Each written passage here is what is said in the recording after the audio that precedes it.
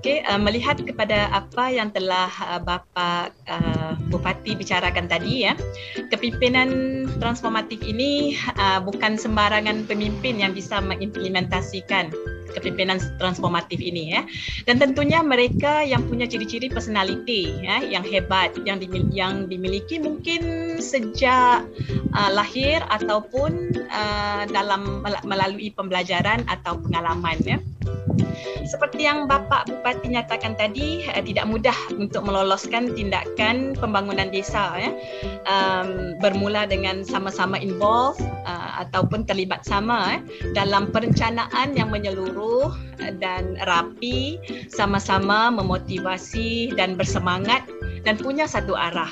Ya, dan tidak mudah juga ya untuk menangani pandemik ya, seperti mana Bapak katakan tadi ya, yang mana kesannya kepada sisi kesihatan dan juga ekonomi, dan tidak mudah untuk tangani saat getir segini ya, perlu extraordinary dalam semua sisi ya Bapak kata tadi perlukan extraordinary ya. Dan dari apa yang Bapak bicarakan tadi secara personalnya, ternyata pada saya Bapak faham dan akan beda antara politician dan pemimpin. Ya. Kerana terdapat beda antara pemimpin dan politician. Ya. Dan di sini Bapak sebagai pemimpin yang mengimpikan perubahan berterusan.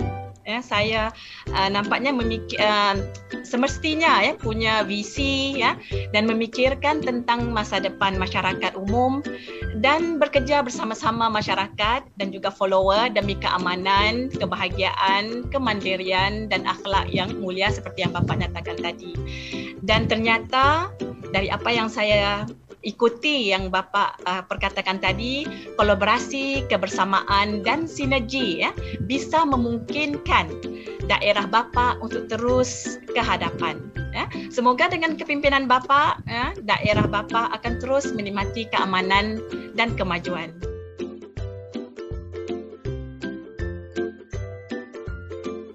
Saya cukup teruja ya, sekali lagi saya cukup excited, cukup gembira dan cukup senang hati dengan apa yang dikhabarkan atau dimaklumkan oleh Bapak Bupati tadi, Pak Haji Embeng, dan dengan video yang dipaparkan tadi, saya yakin dengan wawasan yang ada ya, 4 perkara yang cuba diwujudkan, cuba digarap: keamanan, pemberdayaan mandiri ya, sejahtera, berakhlak karimah. Ini satu wawasan yang cukup besar dan saya kira ia memerlukan seorang yang berfikiran ke depan, yang mampu untuk merubah atau mencapai apa yang cuba dicapai tadi. Dan dengan keterampilan seperti mana yang Prof Khatijah Umar sebutkan tadi, dengan apa penampilannya ada, dengan wawasannya ada, dengan ilmu yang ada, saya yakin ya, Kabupaten Madiun akan melonjak ya ke depan suatu hari nanti dengan cepat, saya rasa. Dan cuma satu tambahan yang boleh saya cadangkan di sini adalah bagaimana untuk transform anak-anak muda di sana. Saya masih teringat lagi dengan kata-kata Pak Soekarno ya, beri aku 10 pemuda, maka akan ku goncang dunia. Jadi saya yakin dengan kalau pemuda diberi perhatian lebih, Kabupaten Madiun akan lebih ke depan ya. Dan yang keduanya, saya juga melihat bahawa transformasi sahaja mungkin tidak sempurna tanpa adanya reform lebih kepada pemberdayaan, perubahan dalam masyarakat, dan juga lebih-lebih lagi di kalangan pemuda.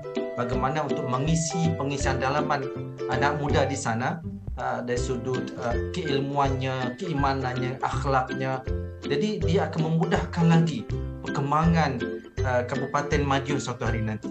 Jadi tahniah saya ucapkan kepada Pak Haji Embeng dan juga semua wakil-wakilnya di sana yang saya kira telah membuat sesuatu yang cukup luar biasa ya, luar biasa bagi saya dengan wawasan yang cukup ringkas. Ya, tak pernah saya mendengar wawasan yang cukup ringkas. Aman, pemberdayaan masyarakat, sejahtera, berakhlak karimah menjadi satu landasan untuk dicapai.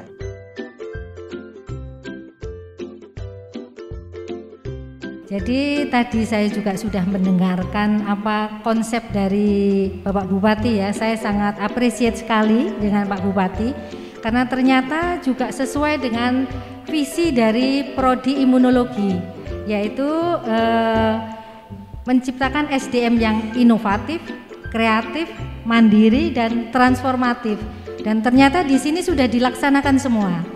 Ini bisa saya lihat dari ketika menghadapi pandemi. Jadi pada waktu menghadapi pandemi, Bapak Bupati justru menggerakkan masyarakat. Nah, ini memperlihatkan bahwa transformasinya ada di sini. Jadi tanggung jawab imun atau ketahanan itu bukan hanya pada nakes atau tenaga kesehatan, tapi pada masyarakat. Nah, ini yang tadi saya sangat appreciate ya. Ternyata Bapak Bupati ini memang sangat cemerlang ya. Kalau tidak gitu tidak akan seperti sekarang ya. Nggak jadi bupati. Ya. Ya. Jadi artinya beliau benar-benar sudah melakukan itu semua ya, dan sesuai dengan konsep kami. Karena memang ketahanan itu bukan milik individu, bukan milik seseorang aja. Jadi yang dimaksud dengan imunnya adalah diambil dari kata imun atau ketahanan ya. Jadi ketahanan seseorang itu bukan milik pribadi. Jadi dari ketahanan seseorang itu akan menciptakan ketahanan masyarakat, gitu ya. Dari ketahanan masyarakat akan menciptakan ketahanan seluruh bangsa. Dari ketahanan bangsa akan menciptakan ketahanan negara. Nah, ini yang konsep ini yang sudah diambil oleh Bapak Bupati dan terbukti bahwa pandemi di Madiun ini dapat diatasi dengan baik. Nah, kami dari Prodi Imunologi akan sangat mendukung dan sangat terbuka sekali bahwa kalau masih diinginkan masyarakat-masyarakat yang masih kurang pemahaman di bidang imunologi, kami akan sangat mensupport sekali. Dan kami welcome bahwa di Prodi Imunologi kami juga membuka pusat konsultasi imunologi masyarakat. Jadi silakan Bapak Bupati nanti bisa kolaborasi juga dengan Prodi kami akan mensupport dan akan membantu bahwa dari masyarakat awam itu bisa mempunyai atau menjadi orang-orang yang pionir di bidang imunologi. Oleh karena itu dalam kesempatan ini saya juga mengapresiasi Bapak Bupati dan juga mengajak untuk berkolaborasi dengan Prodi Imunologi agar masyarakat di seluruh Madiun ini bisa menjadi pionir-pionir di bidang ketahanan, baik ketahanan kesehatan, ketahanan ekonomi, ketahanan lingkungan, dan ketahanan seluruh daerah di Madiun.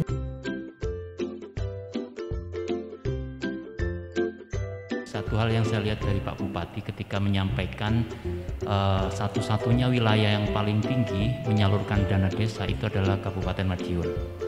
Apa yang saya lihat dari situ, Pak Bupati sedang membaca peluang yang ada di dalam Undang-Undang Desa. Ya. Saya tambahkan lagi, Madiun itu memperoleh penghargaan penyaluran dana tercepat. Dana desa. Tepuk tangan aja sepi nih ya, meriah ini tercepat. Artinya apa? Sebenarnya sekarang situasinya adalah semuanya highly regulated, semuanya segera diatur. Tapi Madiun dalam konteks yang tadi disampaikan itu mampu menggunakan situasi itu. Itu catatan pertama. Yang kedua, dengan kepemimpinan yang transformatif, seringkali problemnya adalah dihadapkan pada regulasinya mengatur seperti apa. Kita sekarang dihadapkan pada perubahan regulasi yang sangat cepat.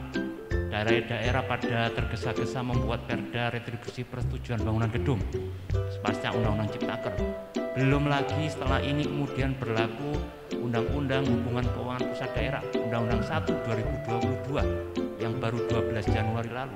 Tantangannya akan sangat banyak, antara lain dikuranginya beberapa jenis pajak.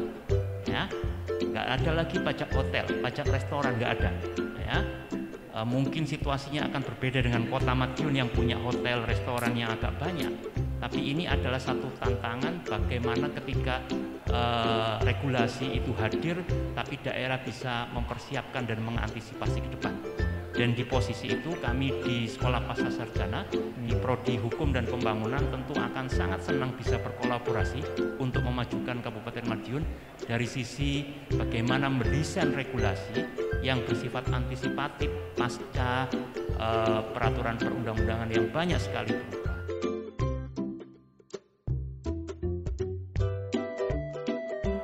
Pak Bupati memang visi dan misinya sudah tinggi sekali, kemudian membangun sinergi dengan middle manager begitu kompak sehingga bisa menyelesaikan permasalahan COVID ini dengan sukses gitu ya.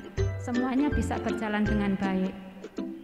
Satu kata kunci dari saya adalah untuk bisa meningkatkan kompetensi keilmuan, untuk meningkatkan kepemimpinan transformatif, bisa belajar bersama di Sekolah Pascasarjana Universitas Airlangga.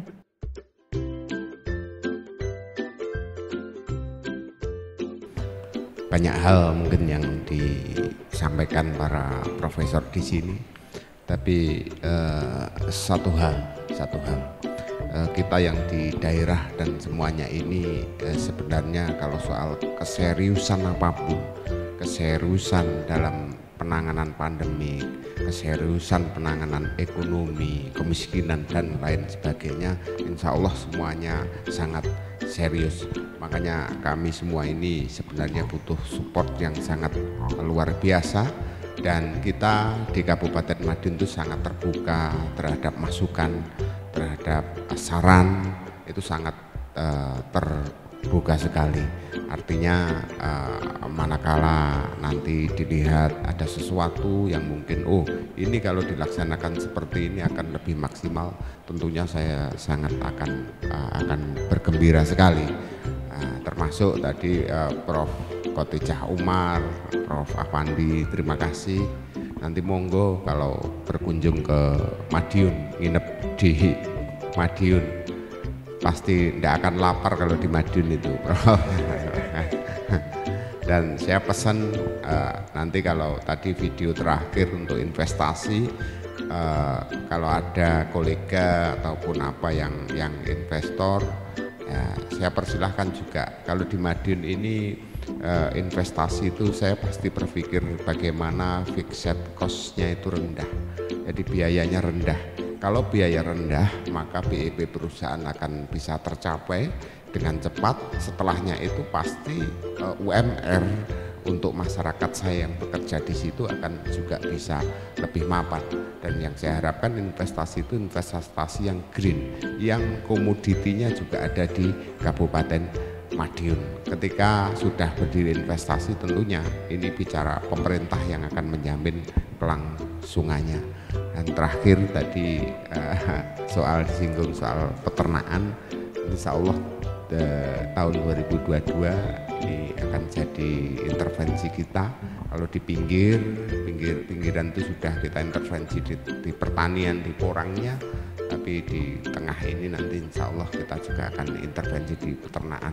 Segala sesuatu sudah kita siapkan, sampai kemarin kita beli USG untuk apa? Untuk hewan yang hamil.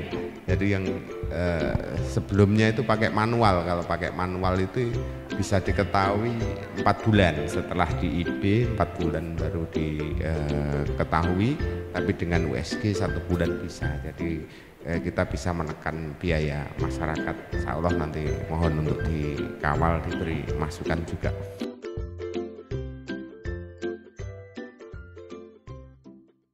Ini adalah kitab leadership, surat Imam Ghazali untuk para pemimpin.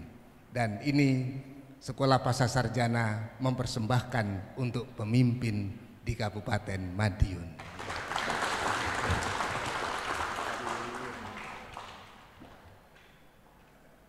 Terima kasih, sampai jumpa di sesi berikutnya. Airlangga Forum, Sekolah Pascasarjana Universitas Airlangga.